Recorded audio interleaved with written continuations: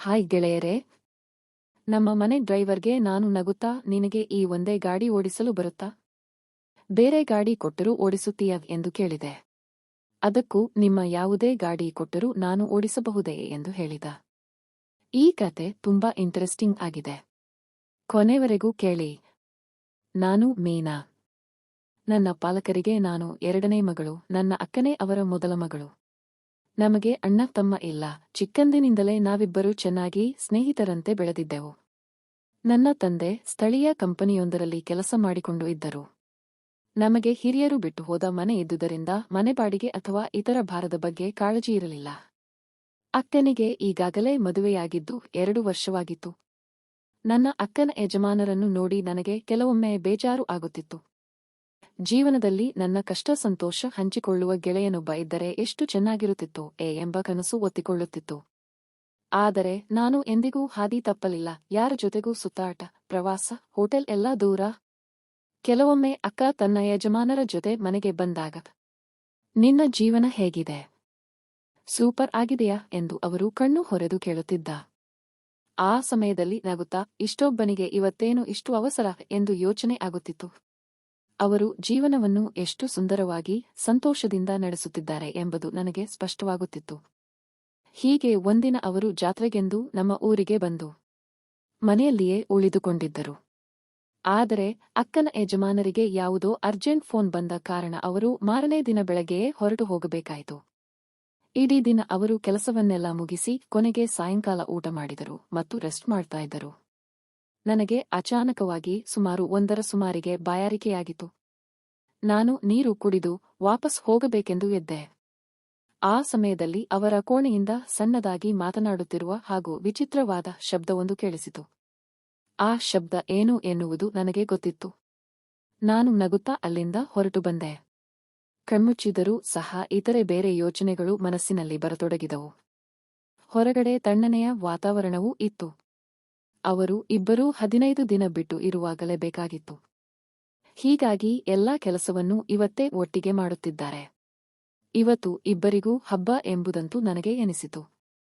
ಆಮೇಲೆ ನಾನು ಸ್ವಲ್ಪ ಕೆಲಸ ಮಾಡಿ ಸಮಾಧಾನ ಮಾಡಿಕೊಂಡು ರೆಸ್ಟ್ ಮಾಡಿದೆ. ಮರುದಿನ ನನ್ನ ಅಕ್ಕನ ಯಜಮಾನರು ಹೊರಟು ಹೋದರು. ಮಧ್ಯಾಹ್ನ ನಾನು ಸುಮ್ಮನೆ ಊಟ ಮಾಡಿ ಮೊಬೈಲ್ ನೋಡುತ್ತಿದ್ದೆ. ರೀಲ್ಸ್ಗಳನ್ನು ನೋಡುತ್ತಾ ನಗು ಬರುತ್ತಿತ್ತು. ಅದನ್ನು ಕಂಡ ನನ್ನ ಅಕ್ಕ ಯಾಕೆ ಎಂದು ಕೇಳಿದಳು. ನಾನು ಏನಿಲ್ಲ ಅಂತ ಹೇಳಿದೆ. ಆಮೇಲೆ ಬೇರೆ ಬೇರೆ ವಿಷಯಗಳ ಬಗ್ಗೆ ಮಾತನಾಡುತ್ತಾ, ನಿನ್ನೆ ಸಿಕ್ಕಾಪಟ್ಟೆ ಜೋರಾಗಿ ಇತ್ತು ಅನಿಸುತ್ತೆ ಎಂದು ನಾನೇ ಹೇಳಿಬಿಟ್ಟೆ. ಆಗ ಅವರು ಏನು ಎಂದು ಕೇಳಿದ ಹೊತ್ತಿಗೆ ನಾನೇ ಬಾಯಿ ಬಿಟ್ಟು ಹೇಳಬೇಕಾ ಎಂದು ಕೇಳಿದೆ. ಅವರು ಹೌದು, ನಿನಗೆ ಹೇಗೆ ಗೊತ್ತಾಯ್ತು? ಇತ್ತೀಚೆಗೆ ನೀನು ತುಂಬಾ ಮನೆಯಲ್ಲಿ ಇದ್ದುಕೊಂಡು ಇದನ್ನೇ ಮಾಡ್ತಾ ಇದ್ದೀಯಾ ಎನಿಸುತ್ತೆ ಎಂದಾಗ ನಾನು ಅಯ್ಯೋ ಹಾಗೇನಿಲ್ಲ, ನಾನು ನೀರು ಕುಡಿಯೋಕೆಂದು ಎದ್ದು ವಾಪಸ್ ಬರುವಾಗ ಶಬ್ದವಾಯಿತು. ಅದೆಲ್ಲ ನಾನು ಏನು ಮಾಡಲಿ, ನೀನೇ ಹೇಳು. ಇದರಲ್ಲಿ ಯಾರ ತಪ್ಪು ಎಂದು ಕೇಳಿದೆ. ಅವರು ಯಾರ ತಪ್ಪಿಲ್ಲ ಬಿಡುವೆ ಎಂದು ನಗುತ್ತಾ ತಲೆ ಕೆಳಗೆ ಹಾಕಿದರು. ಆಗ ನಾನು ಹೋಗಲಿ ಬಿಡಿ, ಅದೆಲ್ಲ ಮಾಮೂಲು ಅಲ್ವಾ ಎಂದೆ. ಅವರು ಹೌದು, ಇವತ್ತು ಅಪ್ಪ ಬರಲಿ, ನಿನಗೂ ಆದಷ್ಟು ಬೇಗ ಮದುವೆ ಮಾಡಿಸು ಅಂತ ಹೇಳ್ತೀನಿ ಎಂದರು. ಅಂತೂ ನಾನು ಅಯ್ಯೋ ಬೇಡವಲ್ಲ, ಅದಕ್ಕೇನು ಇವಾಗ ಅವಸರ ಇದೆ, ಇನ್ನೂ ಸಾಕಷ್ಟು ಸಮಯ ಇದೆ ಎಂದೆ. ಹೀಗೆ ಮಾತನಾಡಿದಾಗ ಅವರು ನೀನು ಎಲ್ಲ ಹೀಗೆ ತಿಳ್ಕೋಬೇಡ ಎಂದು ಹೇಳಿದಾಗ ಅಂತ ಹೇಳಿದ್ರು. ಆದರೆ ನನ್ನ ಹಣೆಬರಹ ಎಂಬಂತೆ ಮನೆಯಲ್ಲಿ ಇಷ್ಟೆಲ್ಲಾ ಘಟನೆಗಳು ನಡೆದ 1-2 ತಿಂಗಳಲ್ಲೇ ನನಗೆ ಮದುವೆ ಭಾಗ್ಯ ಕೂಡಿ ಬಂದಿತ್ತು. ಆಗ ನಾನು ಒಳಗೊಳಗೆ ಖುಷಿಯಾಗಿ ಇದ್ದೆ. ಕೊನೆಗೂ ನನ್ನೆಲ್ಲ ಕನಸುಗಳು ನನಸಾಗುವ ದಿನಗಳು ಸಮೀಪಿಸುತ್ತಿವೆ ಎಂದು ಮನಸ್ಸಲ್ಲೇ ಎಂದುಕೊಂಡಿದ್ದೆ. ಕೊನೆಗೆ ಒಬ್ಬನಾದರೂ ಸಿಕ್ಕನಲ್ಲ ಎಂದು ಖುಷಿಯಾಗಿತ್ತು.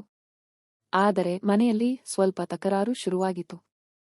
ಕೊನೆಗೆ ಅವನು ಓದಿಕೊಂಡಿದ್ದಾನೆ ಎಂದರೂ ಸಾಕಷ್ಟು ಆಸ್ತಿಪಾಸ್ತಿ ಇದೆ, ಅಲ್ಲದೆ ಬಿಸಿನೆಸ್ ಕೂಡ ಇದೆ, ಹೊಲವು ಕೂಡ ಇದೆ, ಅಲ್ಲದೆ ಸಂಪ್ರದಾಯಸ್ಥರು ಎಂದು ಹೇಳಿದಾಗ ಸರಿ ಅಂತ ಹೇಳಿ ನಮ್ಮ ಮದುವೆಯನ್ನು ಭರ್ಜರಿಯಾಗಿ ಮಾಡಿದರು.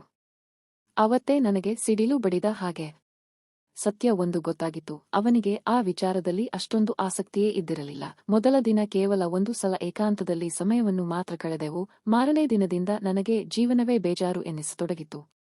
ಹೀಗೆ 3-4 ತಿಂಗಳು ಕೂಡ ಕಳೆದು ಹೋದವು. ಹಂಚೆಂದರೆ 5-6 ಬಾರಿ ಮಾತ್ರ ಒಂದಾಗಿದ್ದೆವು. ಇದಾದ ಮೇಲೆ ನನಗೆ ಗೊತ್ತಾಗಿದ್ದು ಏನೆಂದರೆ, ಜೀವನದಲ್ಲಿ ಕೇವಲ ಆಸ್ತಿ ಪಾಸ್ತಿ ಹಣ ಹೊಂದಿದ್ದರೆ ಸಾಲದು. ಬೇರೆ ಅಗತ್ಯತೆಗಳು ಇರುತ್ತವೆ ಎಂದು ಎನಿಸತೊಡಗಿತು. ಇನ್ನು ನನ್ನ ಯಜಮಾನರು ಮನೆ ಸಿಟಿಯಿಂದ ಸ್ವಲ್ಪ ದೂರದಲ್ಲಿ ಎಂದರೆ ಅಭಿವೃದ್ಧಿ ಹೊಂದುವ ಏರಿಯಾದಲ್ಲಿ ಇದ್ದ ಕಾರಣ ಅಲ್ಲಿ ಮನೆಗಳ ಸಂಖ್ಯೆ ಕಡಿಮೆ ಇತ್ತು. ಮೊದಲಿಗೆ ನನಗೆ ಜೀವನವು ಕಷ್ಟ ಎನಿಸತೊಡಗಿತ್ತು. ಜೀವನದಲ್ಲಿ ನಾನು ಕಟ್ಟಿಕೊಂಡಿದ್ದ ಕನಸುಗಳಿಗೆ ಬೆಂಕಿ ಬಿದ್ದಂತೆ ಆಗಿತ್ತಿತ್ತು. ನಾನು ಕೂಡ ನನ್ನ ಅಕ್ಕನ ಹಾಗೆ ಸಂತೋಷದಿಂದ ಇರಬಹುದು ಎಂದುಕೊಂಡಿದ್ದೆ. ಆದರೆ ಎಲ್ಲವೂ ಉಲ್ಟಾಪಲ್ಟಾ ಆಗಿತ್ತು. 6 ತಿಂಗಳಾದರೂ ಅವನು ನನ್ನ ಸಮೀಪಕ್ಕೆ ಬಂದಿರಲಿಲ್ಲ. ಜೀವನದಲ್ಲಿ ಒಂಟಿತನವು ಕಾಡತೊಡಗಿತ್ತಿತ್ತು. ಆದರೆ ಹೇಗೆ ನೀವೇ ಹೇಳಿ, ಹೀಗಾಗಿ ಏನು ಮಾಡಬೇಕು ಎಂದು ಗೊತ್ತಾಗದೆ ಯಾವಾಗಲೂ ಒಂದೇ ಚಿಂತೆಯಲ್ಲಿ ಇರುತ್ತಿದ್ದೆ. ಅಲ್ಲದೆ ಅದು ಡಿಸೆಂಬರ್ ತಿಂಗಳಿನ ಚಳಿಗಾಲದ ಸಮಯ ಆಗಿದ್ದರಿಂದ ನನಗೆ ಕೊಂಚ ಕಷ್ಟ ಆಗಿತ್ತು. ಅವನಿಗೆ ನನಗೆ ಲೆಕ್ಕಕ್ಕೆ ಇದ್ದಿಲ್ಲ. ಸುಮ್ಮನೆ ನಾನು ಕೈ ಕೆಲಸ ಮಾಡಿಕೊಂಡು ಮನೆಯಲ್ಲಿ ಇರುತ್ತಿದ್ದೆ.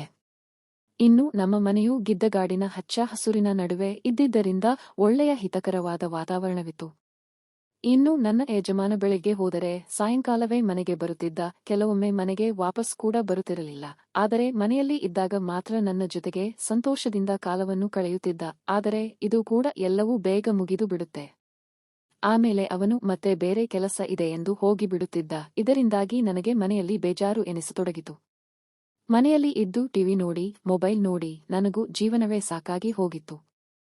ಕೊನೆಗೆ ಆಗೊಮ್ಮೆ ಈಗೊಮ್ಮೆ ಅಂತ ಬೇರೆ ಬೇರೆ ಪುಸ್ತಕ ಕತೆಗಳನ್ನು ಓದುತ್ತಿದ್ದೆ. ಇನ್ನು ಅದರಿಂದಲೂ ಕೂಡ ಬೇಜಾರಾದಾಗ ಯಾರಿಗಾದರೂ ಫೋನ್ ಮಾಡಿ ಮಾತಾಡುತ್ತಿದ್ದೆ. ಅದೆಷ್ಟೋ ಸಲ ನನಗೆ ನಾನೇ ಎಂಬಂತೆ ಕೈಯನ್ನು ಬಳಸಿಕೊಂಡು ಸುಮ್ಮನಾಗುತ್ತಿದ್ದೆ. ಹೀಗೆ ಇದ್ದಾಗಲೇ ನಮ್ಮ ಮನೆಯ ಕೆಲಸಕ್ಕೆ ಸೇರಿಕೊಂಡಿದ್ದೆ ಪ್ರಕಾಶ್. ನಾವು ಹೊಸ ಗಾಡಿಯನ್ನು ತೆಗೆದುಕೊಂಡ ಕಾರಣ ಇದನ್ನು ಅದಕ್ಕೆ ಚಾಲಕನನ್ನಾಗಿ ನೇಮಿಸಿದೆವು.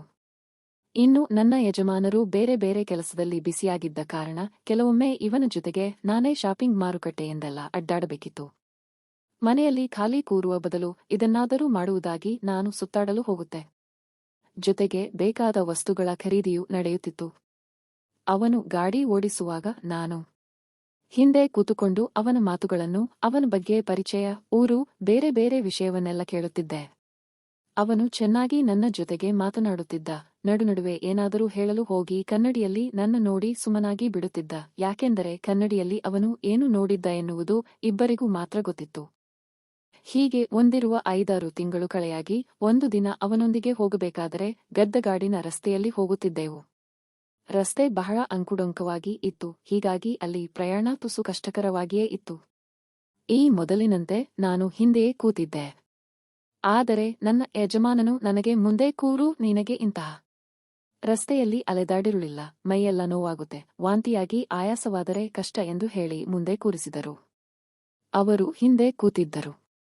ನಮ್ಮ ಗಾಡಿ ಹೊರಟಿತ್ತು. ನಾನು ಹಿಂದೆ ನೋಡಿದಾಗ ನನ್ನ ಯಜಮಾನರು ಕಣ್ಣು ಮುಚ್ಚಿ ರೆಸ್ಟ್ ಮಾಡ್ತಾ ಇದ್ದರು. ಹೀಗಾಗಿ ಅಚಾನಕ್ ತಿರುವಿನಲ್ಲಿ ಡ್ರೈವರ್ ಪ್ರಕಾಶ್ ಗಾಡಿ ತಿರುಗಿಸುವಾಗ ನಾನು ನನ್ನ ಸೀಟಿನಿಂದ ಜಾರಿ ಅವನ ಎಡಗೈ ಮೇಲೆ ಬಿದ್ದೆ. ಹೀಗೆಯೇ ಬಿದ್ದಾಗ ನನ್ನ ಮೆತ್ತಗಿನ ಜಾಗ ಅವನಿಗೆ ತಾಗಿತು. ಅವನು ಕ್ಷಮಿಸಿ, ರಸ್ತೆ ಸರಿ ಇಲ್ಲ ಎಂದು ಹೇಳಿದಾಗ ನಾನು ಸರಿ ಅಂತ ಹೇಳಿ ಸುಮ್ಮನಾಗಿದ್ದೆ. ಆದರೆ ಮತ್ತೆರಡು ಬಾರಿ ಅವನಾಗಿಯೇ ಡ್ರೈವಿಂಗ್ ಮಾಡುತ್ತಾ ಅವನು ಮೊಣಕೈ ತಾಕುತ್ತಿದ್ದ. ಅವನು ಬೇಕಂತೆ ಹಾಗೆ ಮಾಡಿದನೋ ಅಥವಾ ಅಕಸ್ಮಾತವಾಗಿ ಆಗಿತ್ತೋ ಗೊತ್ತಿಲ್ಲ. ಆದರೆ ನಾನು ಮಾತ್ರ ಕೋಪ ಮಾಡಿಕೊಳ್ಳದೆ ಸುಮ್ಮನಿದ್ದನ್ನು ಕಂಡು ಅವನಿಗೆ ಇನ್ನಷ್ಟು ಧೈರ್ಯ ಬಂದಿತು. 3ನೇ ಬಾರಿ ಅವನು ಕೈ ತಾಕಿಸಬೇಕು ಎಂದುಕೊಂಡಾಗಲೇ ನಾನು ತಡೆದು ಬಿಟ್ಟಿದ್ದೆ.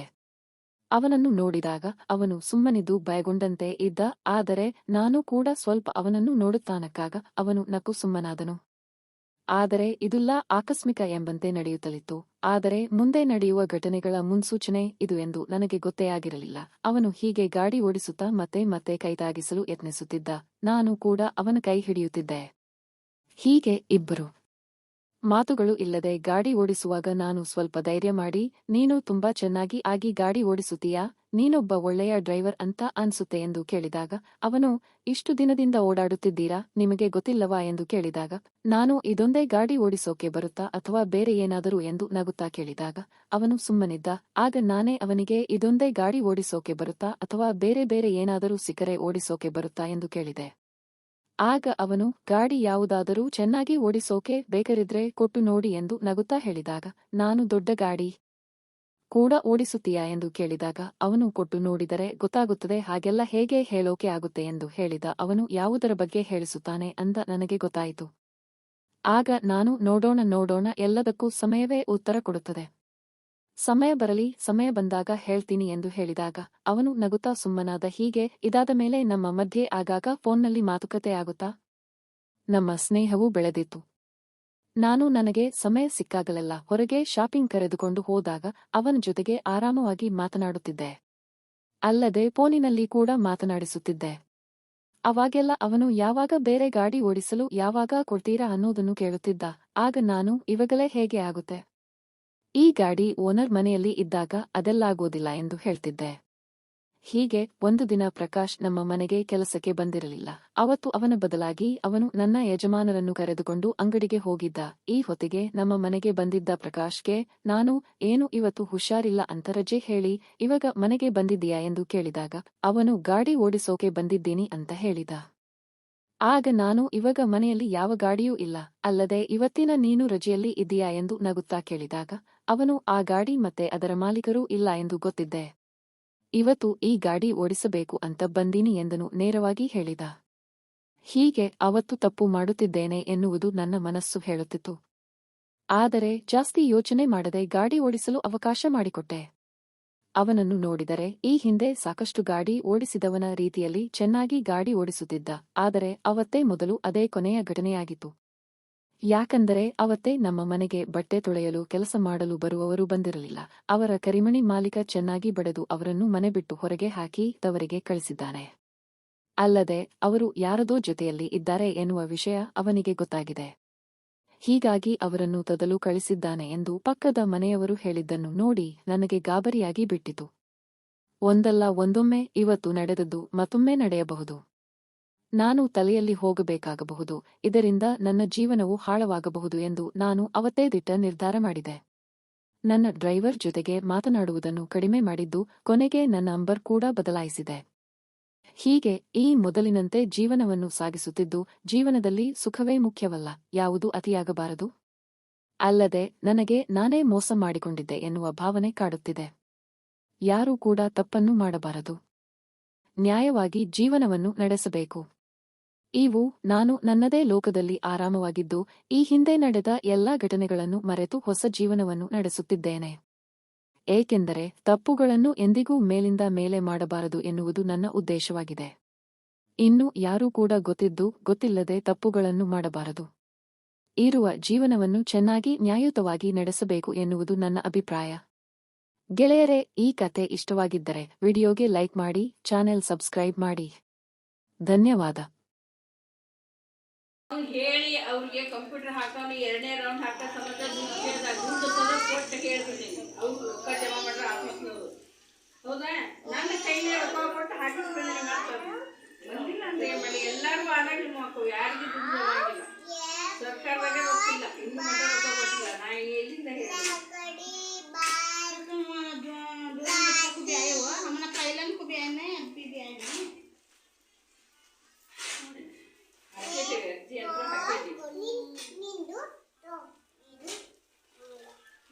हरी तिथि चाचू माँ, हरी तिथि।